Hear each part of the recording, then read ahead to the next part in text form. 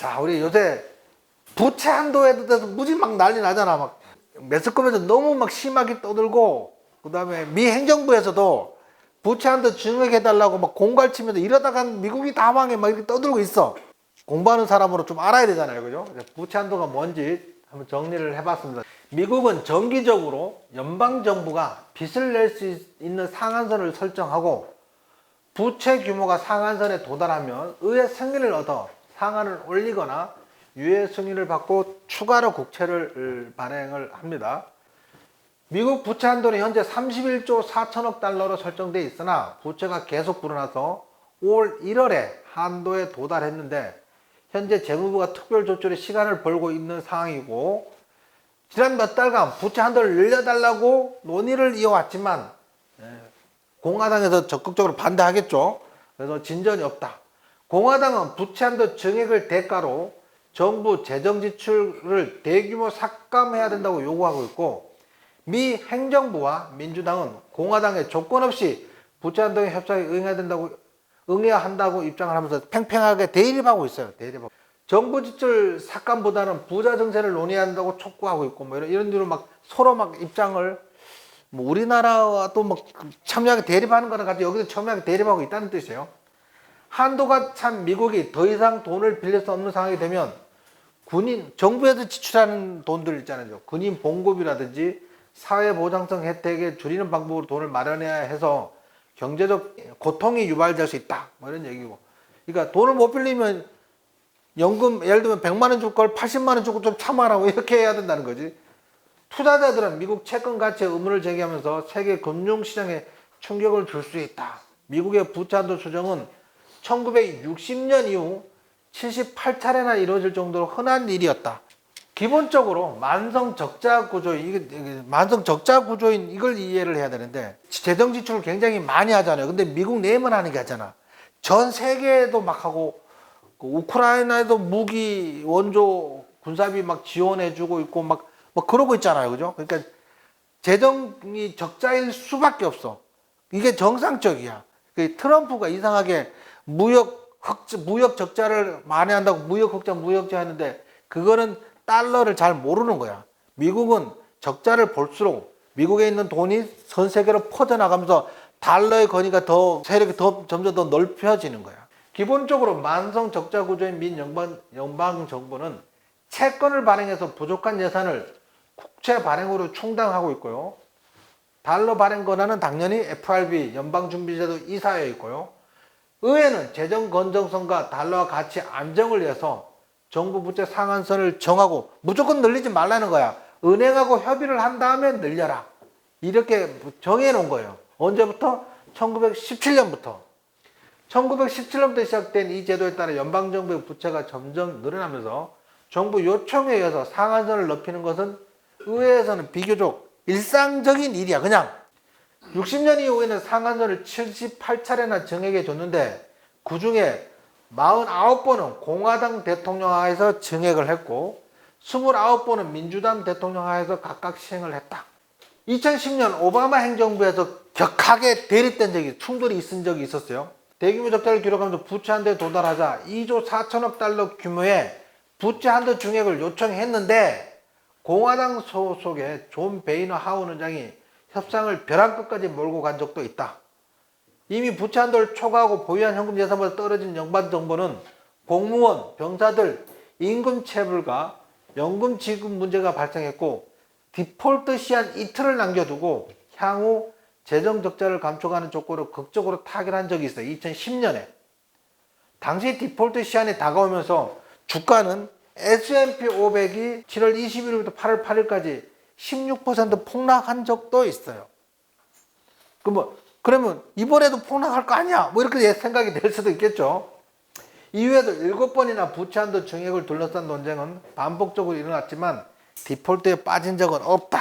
바이든 대통령과 행정부에서도 민주당에서도 막 이러다가 다 죽어 막 공갈치고 있고, 공화당에서는 어림도 없어 막 그래서 막 서로 막 말빨 싸움하고 있어요.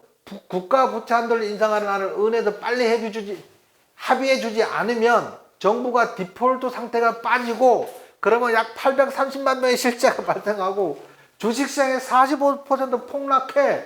큰일 났어. 빨리 타결해. 뭐 그 얘기예요. 공갈치고 있는 거예요. 의회와 백악관 사이의 줄다리기가 계속되면 합의에 이르지 못하자 제닛 옐런 재무장관이 또 한 번 공갈에 나섰어 이제. 야 정말 큰일 난다. 정말 디폴트 되면 난리 난다니까. 그래서 백악관 팀에서 내놓은 시나리오 디폴트가 장기화되는 거, 단기 디폴트 되고 끝나는 거, 벼랑 끝 대결을 끝까지 가는 거. 사람들에게 겁을 주어 원하는 대로 유도하기 위해서 상황을 아주 위험한 지경까지 몰고 가고, 그러니까 매스컴들에서 난리 났고 우리나라도 각종 유튜버가 난리 났어. 이제 디폴트 오면 전 세계 경제가 폭락하고 난리 나는 거예요. 예. 그렇게 가겠습니까? 예. 그렇게 안 갑니다. 지금 서로 벼랑 끝에서 막바지 지금 힘겨루게 하고 있는 것 뿐이지 결국 마지막에는 뭐예요? 그렇게 가면 그 욕을 어떻게, 역사적인 욕을 누구한테 어떻게 얻어먹으려고. 그래서 내가 이거는 별거 아닙니다라고 지금 제가 계속 질문하시는 분들한테 제가 과거에도 다 그냥 넘어갔어요 이렇게 얘기를 하고 있어요. 근데 만약에 뭐 극단으로 치달으면 증시가 한 10% 20% 떨어질 수는 있겠지 예시적으로. 그때는 어떤 거라고요? 매수할 타임. 왜? 우리는 아니까. 타결되면 올라갈 거 아니야 이게. 그걸 계속 갈 수는 없잖아 이게. 미국 대통령이나 민주당 의원들이나 공화당 의원들이나 미치지 않고서야 계속 갈 수 없잖아. 그럼 오히려 이런 건 하락은 그냥 오히려 매수할 타임이다 이렇게 생각하시면 됩니다. 근데 정말로 미친 듯이 가버려. 그건 어쩔 수 없어. 우리 예상 맞기가 못 들어갈 거야. 서로 다 죽자는데. 그럴 리가 없다는 얘기죠. 시스템상.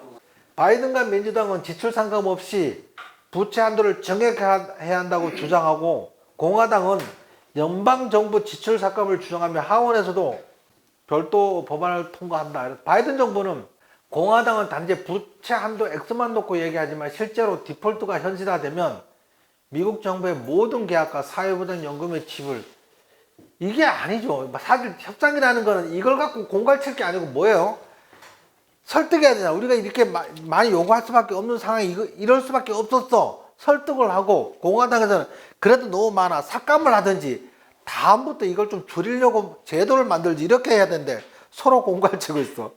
단기 디폴트의 경우 일자리는 연내 50만 개 이상 줄어들고 벼랑 끝 타협이 이뤄지는 3단계라고 해도 20만 개 일자리가 감소하며 GDP가 0.3% 깎여 나갈 것이라고 백악관 경제팀은 보고, 미국 경제에는 연방정부 디폴트 경고로 인한 보험비용의 증가 등 모든 게 막 그 얘기야. 이거 이대로 디폴트가 되면 큰일 난다는 거지. 사실 큰일 나겠지.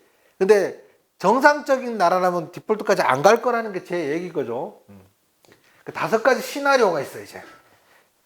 첫 번째는 양당 합의할 거. 그 이제 합의하는데 1, 2년 안에 부채한도 법안을 다시 검토해야, 그냥 이번에 넘어가기로 했어. 그러면 1, 2년 안에 다시 또 이 문제가 또 생긴다는 거야. 근데 1, 2년 안에 생기는데 그게 언제냐면 2024년 대통령 선거 전이라는 거야. 그때 가면 또 골 때리는 거지. 이게 대통령 선거가 맞물려 있는 거지, 그때 가면. 그 다음에 민주당이 독자적으로 정액안을 통과시키는 방법이 있는데 이건 좀 불가능한가 봐요. 218명의 의원 지지가 필요한데 민주당 의원이 213명이고 민주당 내에서도 부정적인 의견을 가진 사람이 있나 봐요. 그래서 이거는 민주당 독자적으로 정액안을 통과시키는 건 좀 불가능한 일이었고, 그 다음에 한동안 유예하는 거. 의원들과 백악관이 협상할 시간을 더 주기 위해서 부채 한도를 몇 주 또는 몇 달 유예하는 법안이 있는데 이거는 이제 9월 말까지 유예할 수 있나 봐요. 차기 저거하고 맞춰서 유예 기간은 새로운 부채 한도 마감일을 예상 제출 통과 마감일과 일치시켜서 9월 말까지 유예시킬 수 있는 뭐 그런 게 있는 것 같습니다. 또 한 가지는 백악관에서 행정부에서 맘대로 하는 거야. 맘대로 하는 그 근거가 있나 봐요. 근데 근거가 법률적 다툼이 있을 수도 있나 봐요. 백금 동전 주조나 수정헌법 14조를 이용해 바이든 대통령이 미국 조폐국에 1조 달러 가치의 백금 동전과 같은 것을 만들도록 명령하고 이를 연준에 예치하고 그 돈을 정부의 청구서를 지불하는 데 사용하면 파월 연준 의장 이건 사기다. 이렇게 하면 안 된다. 뭐 이렇게 얘기를 했어요. 일부 법률 전문가들은 바이든 대통령이 수정헌법 14조를 인용해서 행정부에 계속 돈을 빌리도록 명령할 수 있고 14조 사항은 미국의 공공부채의 타당성은 의문의 여지가 없다 하는 내용이 있나 봐요.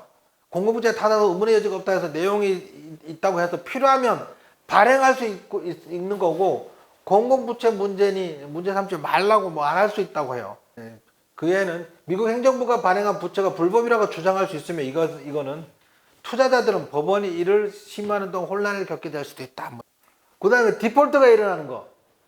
여기는 미 정부가 역사상 이런 사례는 없었다. 이 사태가 되면 정부는 연방 서비스를 중단, 안정만 풀어서. 이게 뭔 문제가 있냐면요. 이렇게 되면 일단 공무원들 월급을 안 줘. 경찰, 소방관 아무도 안 줘. 근데 우리나라 사람은 월급을 안 받더라도 일을 하거든요. 자기 일을.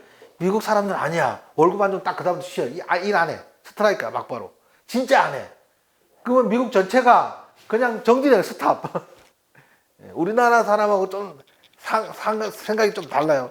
우리나라는 예를 들면 한 일주일 월급을 좀 밀어줘도 그냥 자기 할 일 묵묵히 할 사람들이 대부분이야, 사실은. 근데 미국 사람들은 아닙니다. 돈 안 주면 그날부터 손 딱 놓습니다. 그래서 이제 제 얘기의 요지는 저겁니다. 부채 한도 갖고 너무 시끄럽게 떠들어. 막 뉴스에도 떠들고 막 큰일 나고. 왜 그래 떠들어요? 그렇게 떠들어야 시청률이 올라가잖아. 그것다 대고 별 걱정 없어 이러면 시청률이 안 나오잖아. 그 언론사들은 막 계속 같은 말을 해야 돼. 공포를 조장한다 해야 되나? 분위기를 막 띄우는 거야. 근데 이런 얘기는 잘 안 하잖아. 역대로 한 번도 이런 일이 없었습니다. 그럴 리가 없습니다. 이렇게 얘기한 사람은 TV 출연도 안 시켜. 재미가 없지. 막 공포를 그게 치달았다가 타결됐습니다. 이래야지 뭐 극적인 반전도 있고 타결된 걸로 또 떠들 수 있잖아. 그래서 언론을 이해하실 때 항상 뭐라고요? 예, 언론은 목표가 시청률이다 이렇게 생각하지.